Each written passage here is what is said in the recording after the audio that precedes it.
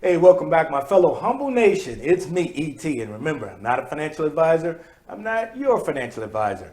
I'm just a self-taught investor who's always looking for great startup companies. And guys, I believe that we found a great startup company in Humble. What happened last week? Well, we know that Brian Foote has been in Chile, Santiago, Chile, for the last few days now. So let's take a look and see what type of progress he's made while he's there. Let's take a look at the price action for Humble and also my position in Humble and also the Humble Financial ETXs. Let's take a look.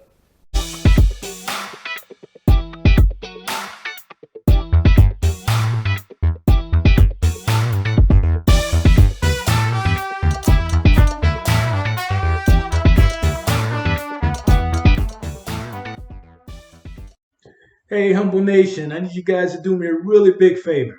Make sure that you hit that like, subscribe, and notification buttons. That'll really help out the channel. Thanks a lot. Humble Nation, we're building our brand internationally. Let's take a look, see what's going on in Humble Nation. On the 29th of November, Humble filed an S1 with the SEC.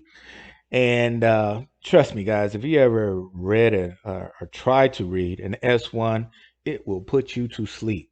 I did not read the whole thing, but as I was going through it, a couple things I just wanted to talk about when it comes to this S1. Two things so far. Number one, an S1 is needed to move from an OTC Pink current, which we're currently in, to the OTC QB, which is the next level of the over the counter market. Remember, there's three levels: Pink current, OQB, OTC QB, I'm sorry, and the OTC XB. And you know that the short term goal is for Humble to move up the OTC ranks or levels, but the long term goal is NASDAQ. Now, also in this S1, we see that they registered 250 million shares of stocks. That's there is going to help the company raise about $40 million.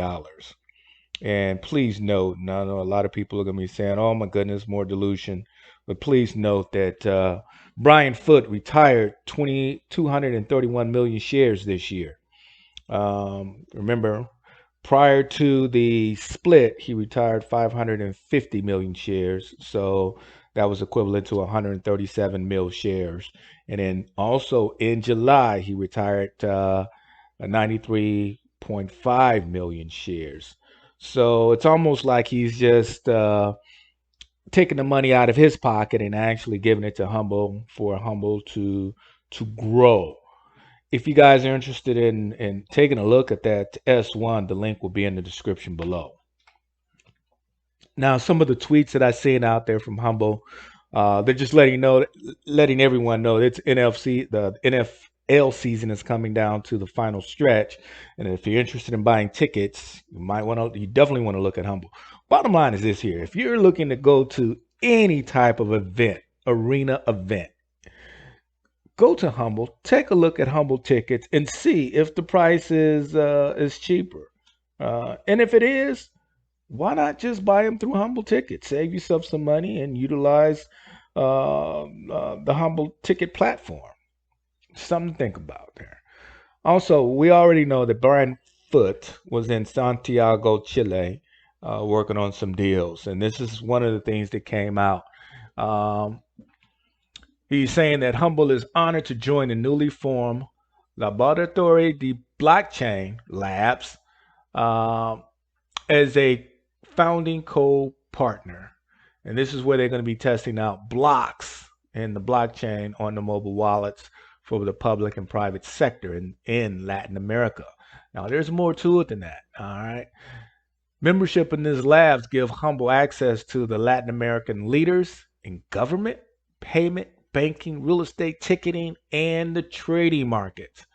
And this is a way for them to really test out and start to utilize blockchain. Now, lastly, labs will be a resource for Humble to rapidly go out there and do beta testing in Latin America, identify acquisitions and mergers early in their life cycle, and so also to recruit some talent.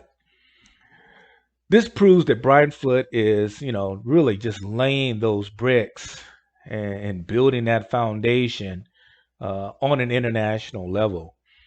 And that's going to be the future. Blockchain, cryptocurrency is definitely the future, not only in the United States but all over the world.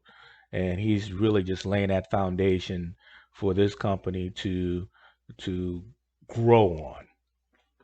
Now let's take a look at the price action for last week and my position in Humble and also the ETXs. All right, last week, wow, one of the very few weeks we actually have the 5-day trend line was actually heading north.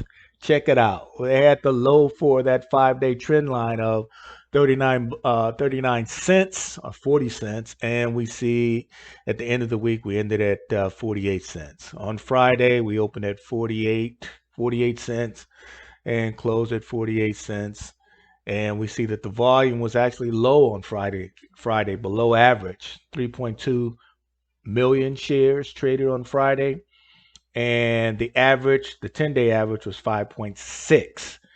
Now, of that 3.2, 41% of it was done by the shorters are out there. I mean, there we go. We got 41% short on Friday's volume. We see that it's still above that 20 mark, so that's considered high.